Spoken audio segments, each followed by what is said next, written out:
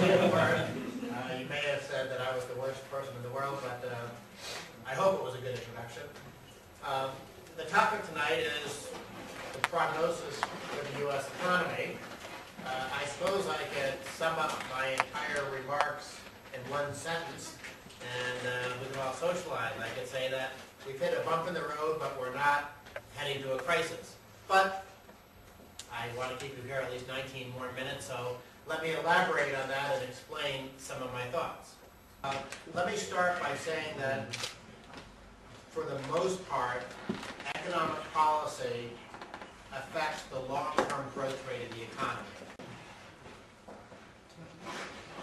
Our view of the economy is that there's a long-term rate of growth that is determined by certain factors, including government policy. But there are certainly times when the economy is jolted away from that long-term rate of growth. And in almost all cases, I think monetary policy deserves the #1 blame. If you do something to tax policy, usually that's not going to jolt the economy in a big way. Yes, there may be some short-term influences.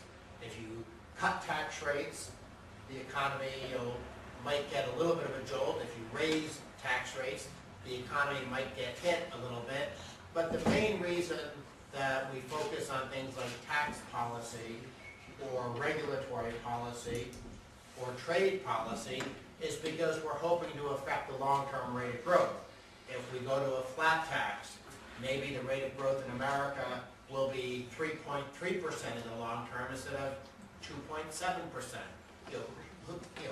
Whether it's 0.6% extra growth, we don't know. There are academic studies, but it's very difficult to tease out and to isolate the effects of one particular government policy. When we're looking at a situation like we have in the U.S. today, where there's a lot of economic volatility, and it seems like the economy can go from a good position and all of a sudden possibly fall into a recession, and some people think it could be even worse. As I said before, that's usually something involving monetary policy. Not necessarily all the time, but if you look back throughout U.S. history, most of the times that we've had a real negative jolt to our economy, it's because of monetary policy. And I suppose I should actually stop here and give a short description of what we think determines economic growth and prosperity. There are certain factors that we think are the foundation of good economic performance. In other words, if you think of like building a house, you have to have a good solid foundation, and that good solid foundation are things like property rights, the rule of law, honest courts, and sound money. And then, on that foundation, you then build your house. And your house can be a very nice house with low tax rates, open trade, low levels of regulation, small government, or it can be an ugly house with high tax rates and too much regulation and high levels of government spending.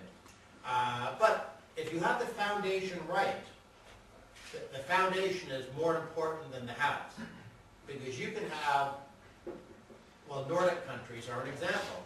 Nordic countries, I think, have ugly houses, and that, if this of course is an analogy, we're not talking about a real house, but they have ugly houses in the sense of high tax rates, big government, but because their foundation is solid, they do better than some countries that have low tax rates and small levels of government spending, but because the foundation is no good. And this is a big problem in the developing world, or the third world.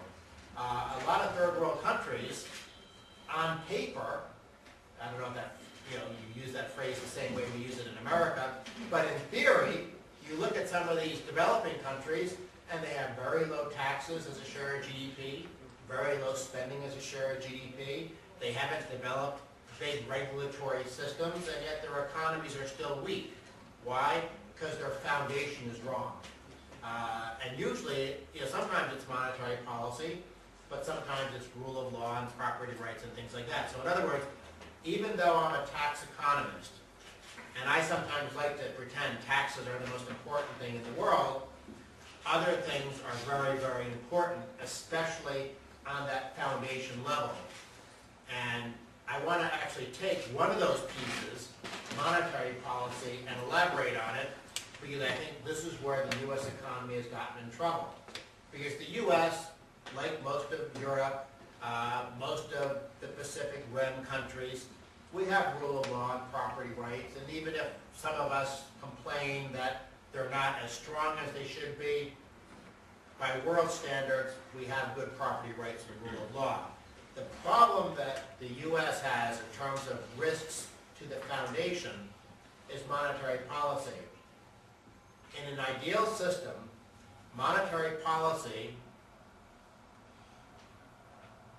is like oil in an engine.